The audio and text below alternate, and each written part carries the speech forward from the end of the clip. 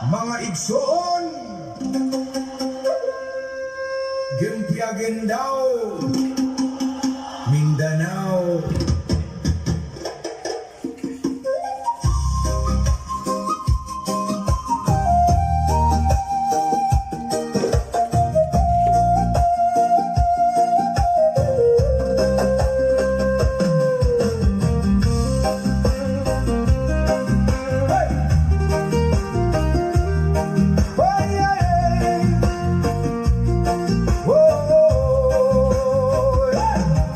Matagal na kaming naghihintay ng liwanag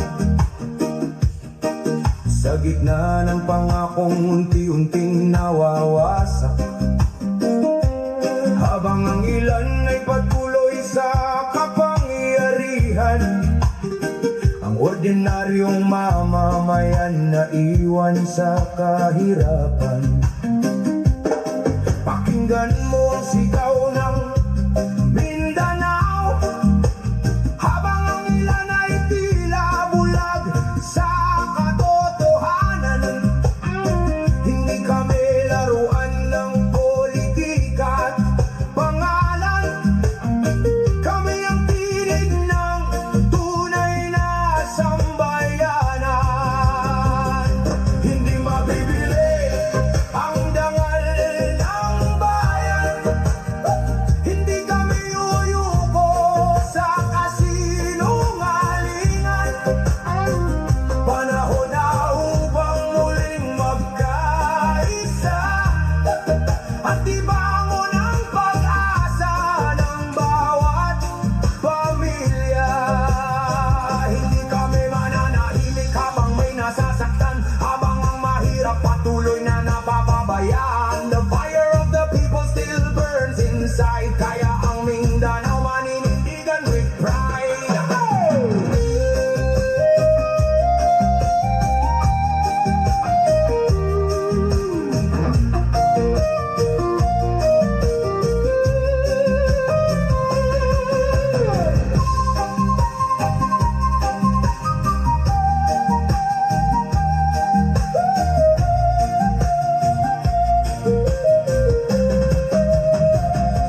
Hindi mabibili ang dangal ng bayan. Hindi kami uyuko sa kasinungalingan. Panahon na upang muling magkaisa at ibangon ang pag-asa ng bawat pamilya. Sigaw ng Mindanao, pakinggan ninyo ang tinig ng tao. Sa hirap at tunos kami lalaban para sa bayan at kinabukasan. Mindanao,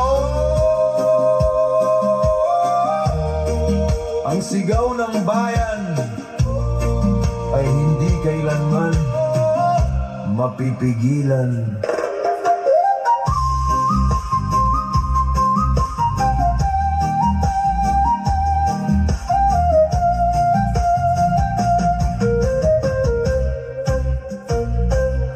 Opo, inaaya po nila akong mag-outing.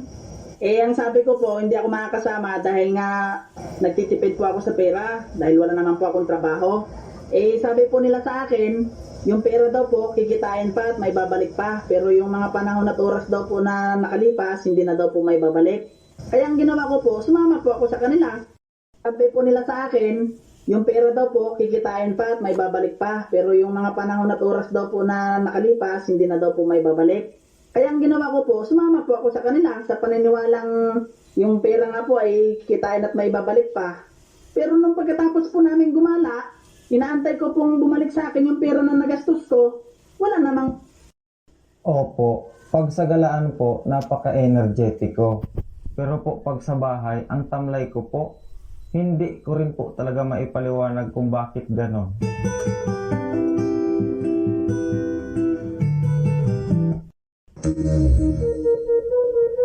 Malunggay pandesal, malunggay pandesal, malunggay pandesal. Come on! Tinapay parang almusal, malunggay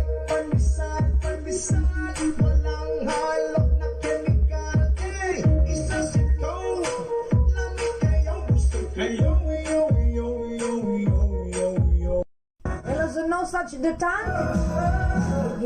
Giutusan na pud ko oh. Ano siya nga Inday Mingkay pag Indian daw og tunog. Naan na po. Don't you tell me what to do. Why are you doing that to me? Don't you ever told me what to do because I'm gonna destroy your country. Kung pangutay na nga unsay sakyan mo palangga kung mo grabe na gyud kamahal ang gasolina o ang fuel palangga unsang may sakyan nimo. Ana si Sir Nancy magbike na lang ko Inday Mingkay ay. Okay ra bud gyapon. Kontra sa katong giingon sa uban nga. Magpatakod na lang daw sila sa mama ni Rickmar. Araw mo uban na isbog ka sa kabayo. Uban kay sakay na lang tagkabaw. Awan po si Sir Gerson Lamita Vlogger.